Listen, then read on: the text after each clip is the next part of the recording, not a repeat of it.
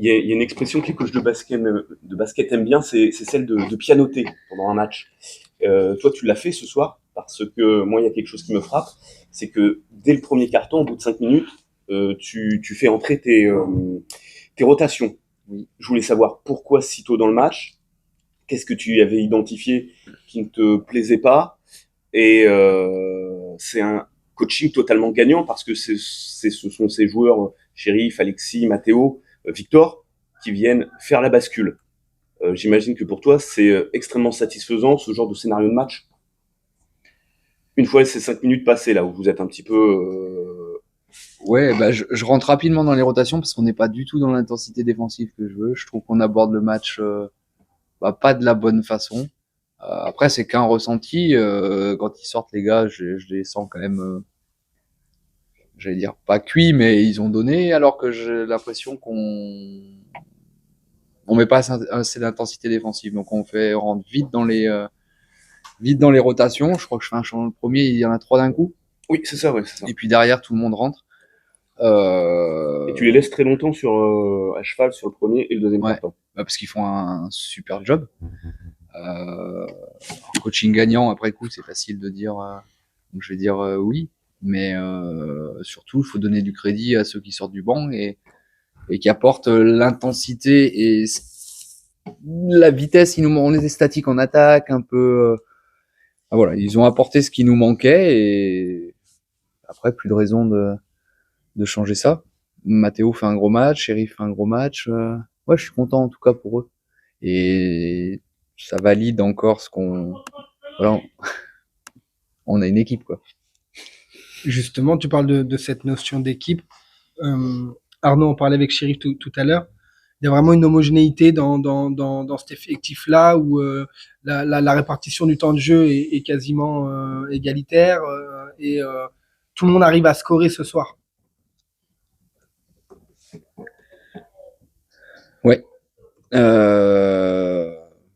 Alors c'est facile de le dire après une victoire, mais oui, l'idée c'est si on veut imposer le tempo que je souhaite, c'est ce que je leur dis à un moment à un temps mort, les gars, à 20 minutes, vous serez bien content de venir sur le banc et 20 minutes pour tout le monde, c'est dans l'idéal, ça peut être vraiment bien. Bon, là, ouais, quand je vois le truc, on n'est pas loin de pouvoir faire ça.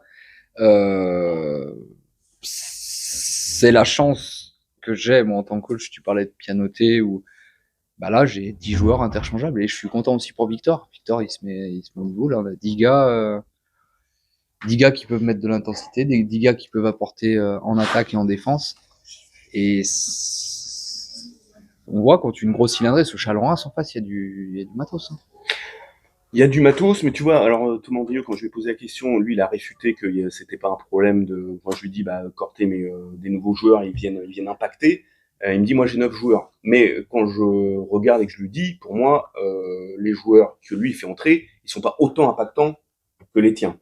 Est-ce que dans la division, tu as vu toutes les équipes, est-ce qu'il y a une équipe qui a un roster comme le tien, où tu as des joueurs qui entrent et qui sont, allez, pas quasiment, mais avec d'autres caractéristiques et qui apportent. Est-ce que dans la division, est-ce que Vichy est un petit peu sur la même ligne que La Rochelle? Oui, Vichy, je pense Vichy. que Vichy. Euh...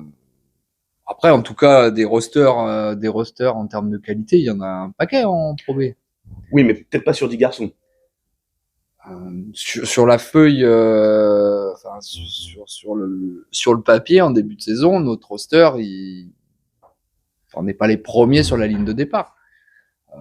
Après, oui, quand ils sortent du banc ou quand ils rentrent, quand ils jouent, on met de l'intensité, mais c'est une demande forte. Si on veut exister en Pro B, si vous voulez jouer de la façon dont je veux qu'on joue, vous devez mettre de l'intensité. Si vous en mettez pas, vous pouvez revenir sur le banc. Il y a eu un exemple ce soir.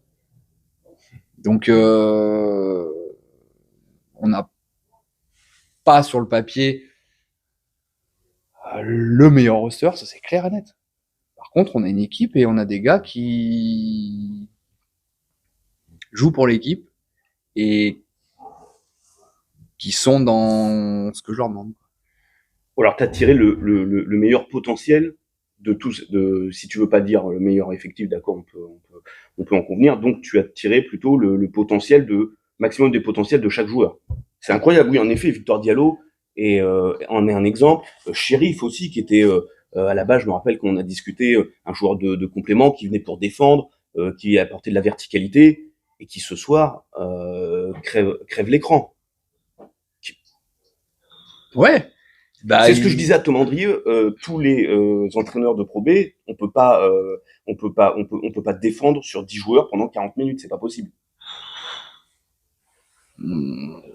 Ça, je sais pas. En tout cas, pour répondre à la question, shérif ou les joueurs, bah, ils se mettent au niveau auquel, entre guillemets, on les attend et après, faut prendre la chose dans son contexte général. Le shérif, il est dans une équipe où le collectif tourne bien, où le curseur intensité, le curseur exigence est assez élevé. Il s'est adapté à ça. Victor, il sort du banc, il sait qu'il n'a pas le droit à l'erreur et a pas le droit à l'erreur. Qui doit être aussi dans ses critères en tout cas, ça pousse tous les gars à être au moins dans l'intensité et dans l'investissement à 100% de ce qu'ils doivent faire. Après, on va rater des tirs, on peut perdre des ballons, ça c'est le basket. Mais l'exigence dans j'allais dire le savoir-être, dans ce qu'on doit être sur le terrain, elle est forte. Et pour qu'on puisse continuer sur ce rythme et pour qu'on puisse exister en Pro B, nous, on savait qu'il fallait qu'on soit bon là-dedans. Donc là, oui, ils adhèrent tous, mais après, est-ce qu'on tire le meilleur de chacun des joueurs? En tout cas, je leur demande de donner le maximum. Sans triche. Tu parlais d'intensité.